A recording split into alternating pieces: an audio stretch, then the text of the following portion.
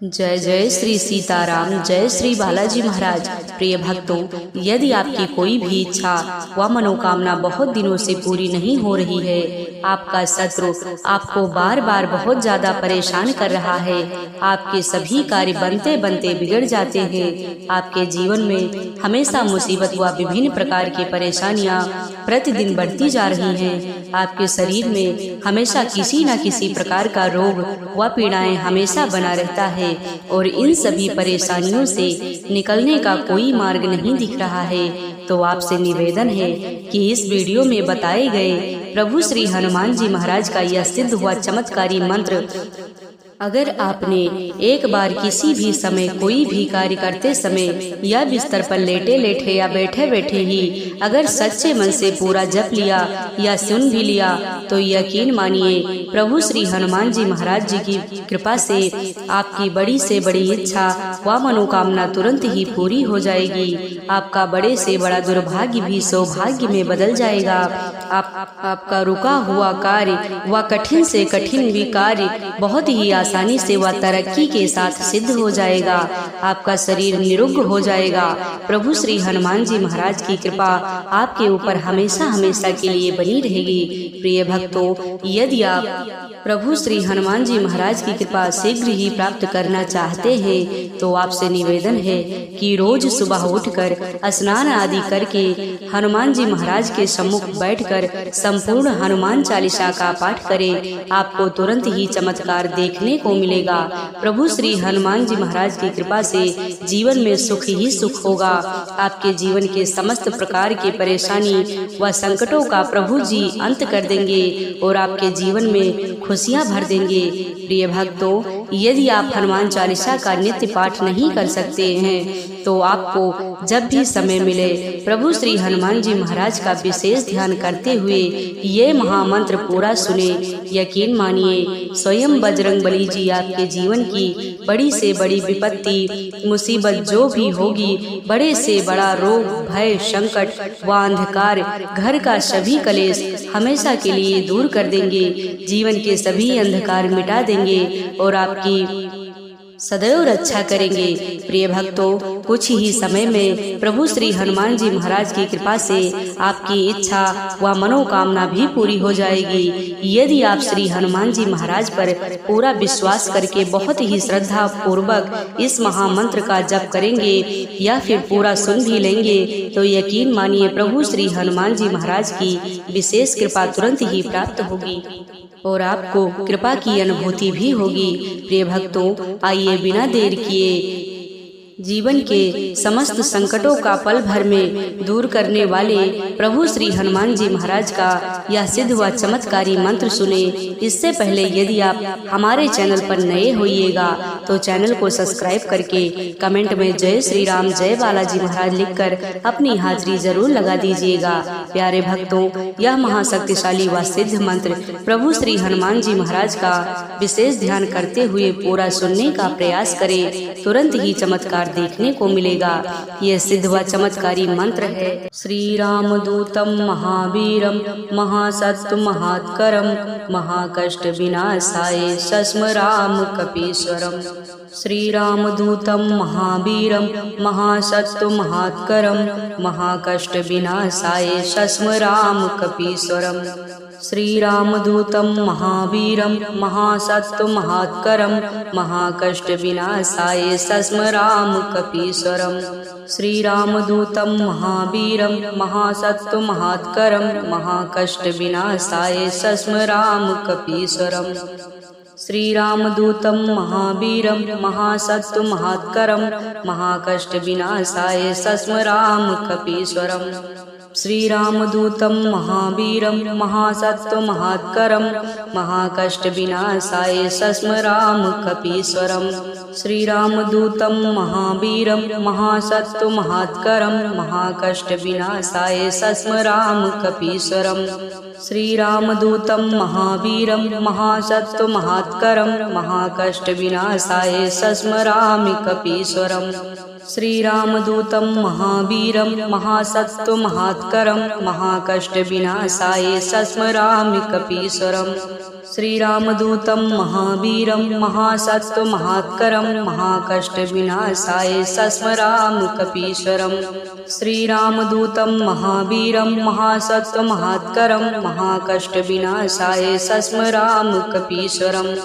श्रीरामदूतं महावीरं महासत्त्वमहात्करं महाकष्टविनाशाय सस्मरामि कपीश्वरम्। श्रीरामदूतं महावीरं महासत्त्वमहात्करं महाकष्टविनाशाय सस्मरामि कपीश्वरम्। श्रीरामदूतं महावीरं महासत्त्वमहात्करं महाकष्टविनाशाय सस्मरामि कपीश्वरम्। श्रीरामदूतं महावीरं महासत्त्वमहात्करं महाकष्टविनाशाय सस्मरामि कपीश्वरम्। श्रीरामदूतं महावीरं महासत्त्वमहात्करं महाकष्टविनाशाय सस्मरामि कपीश्वरम्। श्रीरामदूतं महावीरं महासत्त्वमहात्करं महाकष्टविनाशाय सस्मरामि कपीश्वरम्। श्रीरामदूतं महावीरं महासत्त्वमहात्करं महाकष्टविनाशाय सस्मरामि कपीश्वरम्। श्रीरामदूतं महावीरं महासत्त्वमहात्करं महाकष्टविनाशाय सस्मरामि कपीश्वरम्।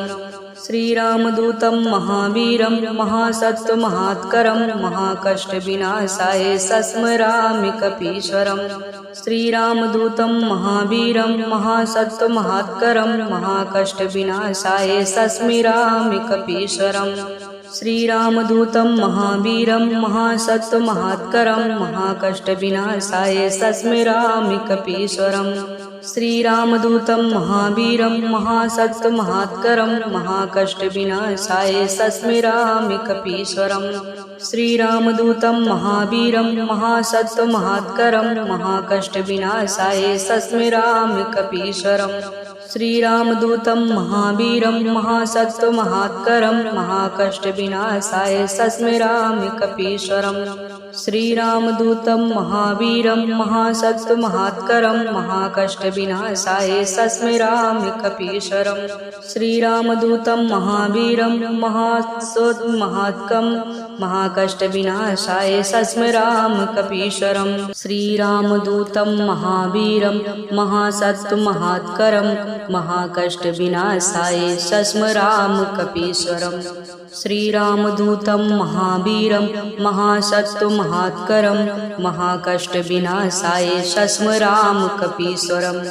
श्रीरामदूतं महावीरं महासत्त्वमहात्करं महाकष्टविनाशाय सस्मरामि कपीश्वरम्। श्रीरामदूतं महावीरं महासत्त्वमहात्करं महाकष्टविनाशाय सस्मरामि कपीश्वरम्। श्रीरामदूतं महावीरं महासत्त्वमहात्करं महाकष्टविनाशाय सस्मरामि कपीश्वरम्। श्रीरामदूतं महावीरं महासत्त्वमहात्करं महाकष्टविनाशाय सस्मरामि कपीश्वरम्। श्रीरामदूतं महावीरं महासत्त्वमहात्करं महाकष्टविनाशाय सस्मरामि कपीश्वरम्। श्रीरामदूतं महावीरं महासत्त्वमहात्करं महाकष्टविनाशाय सस्मरामि कपीश्वरम्। श्रीरामदूतं महावीरं महासत्त्वमहात्करं महाकष्टविनाशाय सस्मरामि कपीश्वरम्। श्रीरामदूतं महावीरं महासत्त्वमहात्करं महाकष्टविनाशाय सस्मरामि कपीश्वरम्। श्रीरामदूतं महावीरं महासत्त्वमहात्करं महाकष्टविनाशाय सस्मरामि कपीश्वरम्।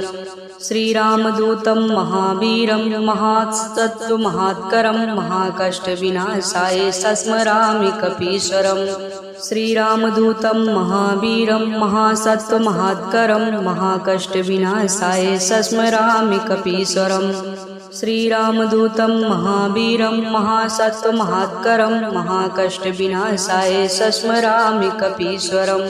श्रीरामदूतं महावीरं महासत्त्वमहात्करं महाकष्टविनाशाय सस्मरामि कपीश्वरम् श्रीरामदूतं महावीरं महासत्त्वमहात्करं महाकष्टविनाशाय सस्मरामि कपीश्वरम् श्रीरामदूतं महावीरं महासत्त्वमहात्करं महाकष्टविनाशाय सस्मरामि कपीश्वरम् श्रीरामदूतं महावीरं महासत्त्वमहात्करं महाकष्टविनाशाय सस्मरामि कपीश्वरम् श्रीरामदूतं महावीरं महासत्त्वमहात्करं महाकष्टविनाशाय सस्मरामि कपीश्वरम् श्रीरामदूतं महावीरं महासत्त्वमहात्करं महाकष्टविनाशाय सस्मरामि कपीश्वरम् श्रीरामदूतं महावीरं महासत्त्वमहात्करं महाकष्टविनाशाय सस्मरामि कपीश्वरम्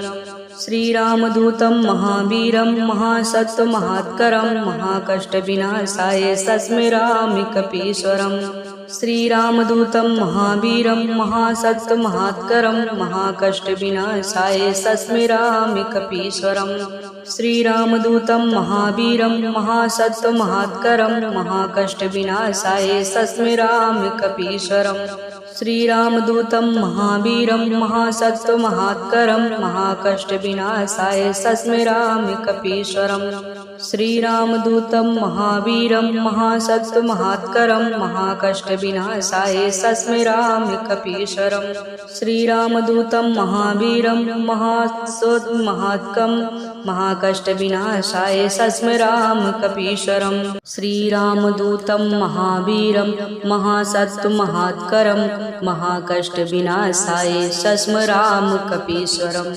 श्रीरामदूतं महावीरं महासत्त्वमहात्करं महाकष्टविनाशाय सस्मरामि कपीश्वरम् श्रीरामदूतं महावीरं महासत्त्वमहात्करं महाकष्टविनाशाय सस्मरामि कपीश्वरम् श्रीरामदूतं महावीरं महासत्त्वमहात्करं महाकष्टविनाशाय सस्मरामि कपीश्वरम् श्रीरामदूतं महावीरं महासत्त्वमहात्करं महाकष्टविनाशाय सस्मरामि कपीश्वरम् श्रीरामदूतं महावीरं महासत्त्वमहात्करं महाकष्टविनाशाय सस्मरामि कपीश्वरम् श्रीरामदूतं महावीरं महासत्त्वमहात्करं महाकष्टविनाशाय सस्मरामि कपीश्वरम् श्रीरामदूतं महावीरं महासत्त्वमहात्करं महाकष्टविनाशाय सस्मरामि कपीश्वरम्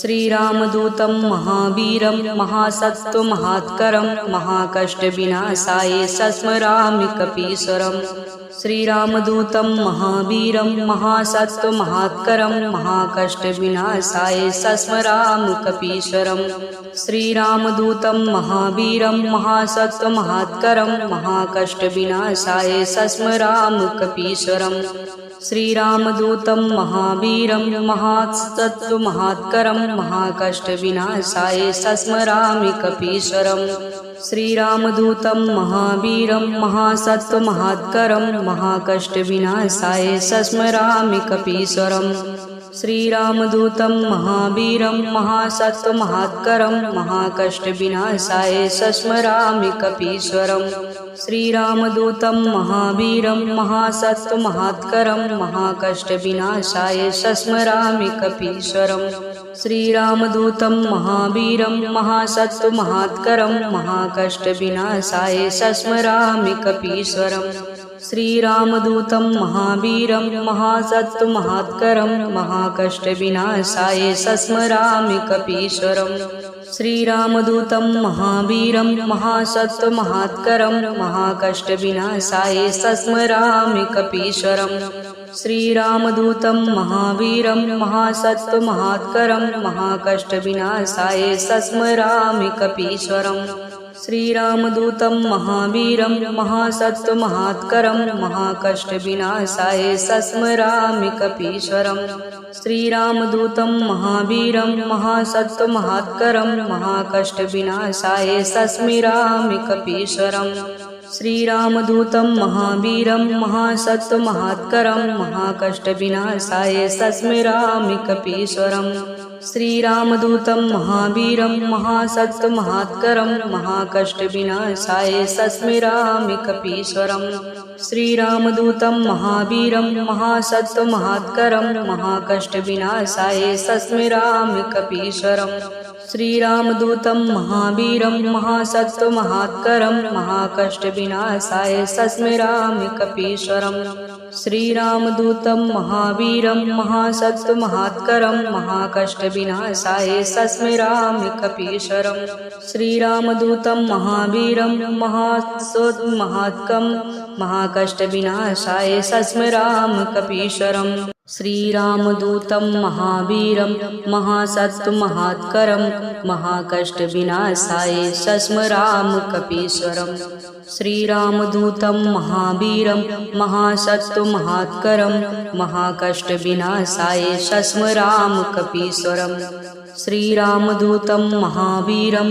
महासत्त्वमहात्करं महाकष्टविनाशाय सस्मरामि कपीश्वरम् श्रीरामदूतं महावीरं महासत्त्वमहात्करं महाकष्टविनाशाय सस्मरामि कपीश्वरम् श्रीरामदूतं महावीरं महासत्त्वमहात्करं महाकष्टविनाशाय सस्मरामि कपीश्वरम् श्रीरामदूतं महावीरं महासत्त्वमहात्करं महाकष्टविनाशाय सस्मरामि कपीश्वरम् श्रीरामदूतं महावीरं महासत्त्वमहात्करं महाकष्टविनाशाय सस्मरामि कपीश्वरम् श्रीरामदूतं महावीरं महासत्त्वमहात्करं महाकष्टविनाशाय सस्मरामि कपीश्वरम् श्रीरामदूतं महावीरं महासत्त्वमहात्करं महाकष्टविनाशाय सस्मरामि कपीश्वरम् श्रीरामदूतं महावीरं महासत्त्वमहात्करं महाकष्टविनाशाय सस्मरामि कपीश्वरम् श्रीरामदूतं महावीरं महासत्त्वमहात्करं महाकष्टविनाशाय सस्मरामि कपीश्वरम् श्रीरामदूतं महावीरं महासत्त्वमहात्करं महाकष्टविनाशाय सस्मरामि कपीश्वरम् श्रीरामदूतं महावीरं महासत्त्वमहात्करं महाकष्टविनाशाय सस्मरामि कपीश्वरम् श्रीरामदूतं महावीरं महासत्त्वमहात्करं महाकष्टविनाशाय सस्मरामि कपीश्वरम् श्रीरामदूतं महावीरं महासत्त्वमहात्करं महाकष्टविनाशाय सस्मरामि कपीश्वरम् श्रीरामदूतं महावीरं महासत्त्वमहात्करं महाकष्टविनाशाय सस्मरामि कपीश्वरम्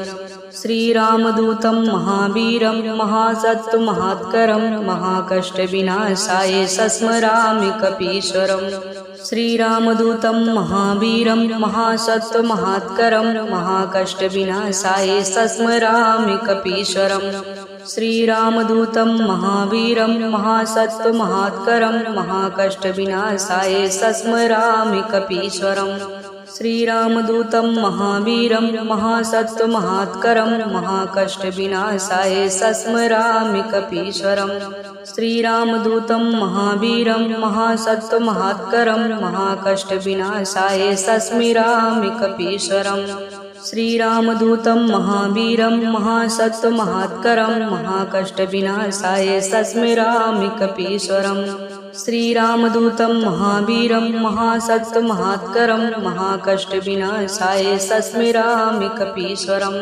श्रीरामदूतं महावीरं महासत्त्वमहात्करं महाकष्टविनाशाय सस्मरामि कपीश्वरम् श्रीरामदूतं महावीरं महासत्त्वमहात्करं महाकष्टविनाशाय सस्मरामि कपीश्वरम् श्रीरामदूतं महावीरं महासत्त्वमहात्करं महाकष्टविनाशाय सस्मरामि कपीश्वरम् श्रीरामदूतं महावीरं महासत्त्वमहात्करं महाकष्टविनाशाय सस्मरामि कपीश्वरम् श्रीरामदूतं महावीरं महासत्त्वमहात्करं महाकष्टविनाशाय सस्मरामि कपीश्वरम् श्रीरामदूतं महावीरं महासत्त्वमहात्करं महात्करं महाकष्टविनाशाय सस्मराम कपीश्वरम्।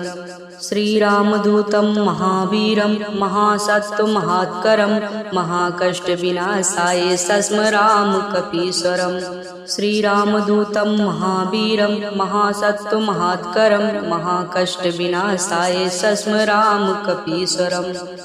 श्रीरामदूतं महावीरं महासत्त्वमहात्करं महाकष्टविनाशाय सस्मराम कपीश्वरम्। श्रीरामदूतं महावीरं महासत्त्वमहात्करं महाकष्टविनाशाय सस्मराम कपीश्वरम्। श्रीरामदूतं महावीरं महासत्त्वमहात्करं महाकष्टविनाशाय सस्मराम कपीश्वरम्। श्रीरामदूतं महावीरं महासत्त्वमहात्करं महाकष्टविनाशाय सस्मरामि कपीश्वरम्। श्रीरामदूतं महावीरं महासत्त्वमहात्करं महाकष्टविनाशाय सस्मरामि कपीश्वरम्। श्रीरामदूतं महावीरं महासत्त्वमहात्करं महाकष्टविनाशाय सस्मराम कपीश्वरम्। श्रीरामदूतं महावीरं महासत्त्वमहात्करं महाकष्टविनाशाय सस्मराम कपीश्वरम्। श्रीरामदूतं महावीरं महासत्त्वमहात्करं महाकष्टविनाशाय सस्मरामि कपीश्वरम्। श्रीरामदूतं महावीरं महासत्त्वमहात्करं महाकष्टविनाशाय सस्मरामि कपीश्वरम्। श्रीरामदूतं महावीरं महासत्त्वमहात्करं महाकष्टविनाशाय सस्मरामि कपीश्वरम्। श्रीरामदूतं महावीरं महासत्त्वमहात्करं महाकष्टविनाशाय सस्मरामि कपीश्वरम्। श्रीरामदूतं महावीरं महासत्त्वमहात्करं महाकष्टविनाशाय सस्मरामि कपीश्वरम्। श्रीरामदूतं महावीरं महासत्त्वमहात्करं महाकष्टविनाशाय सस्मरामि कपीश्वरम्। श्रीरामदूतं महावीरं महासत्त्वमहात्करं महाकष्टविनाशाय सस्मरामि कपीश्वरम्। श्रीरामदूतं महावीरं महासत्त्वमहात्करं महाकष्टविनाशाय सस्मरामि कपीश्वरम्। श्रीरामदूतं महावीरं महासत्त्वमहात्करं महाकष्टविनाशाय सस्मरामि कपीश्वरम्। श्रीरामदूतं महावीरं महासत्त्वमहात्करं महाकष्टविनाशाय सस्मरामि कपीश्वरम्। श्रीरामदूतं महावीरं महासत्त्वमहात्करं महाकष्टविनाशाय सस्मरामि कपीश्वरम्। श्रीरामदूतं महावीरं महासत्त्वमहात्करं महाकष्टविनाशाय सस्मरामि कपीश्वरम्। श्रीरामदूतं महावीरं महासत्त्वमहात्करं महाकष्टविनाशाय सस्मरामि कपीश्वरम्। श्रीरामदूतं महावीरं महासत्त्वमहात्करं महाकष्टविनाशाय सस्मरामि कपीश्वरम्। श्रीरामदूतं महावीरं महासत्त्वमहात्करं महाकष्टविनाशाय सस्मरामि कपीश्वरम्। श्रीरामदूतं महावीरं महासत्त्वमहात्करं महाकष्टविनाशाय सस्मराम कपीश्वरम्।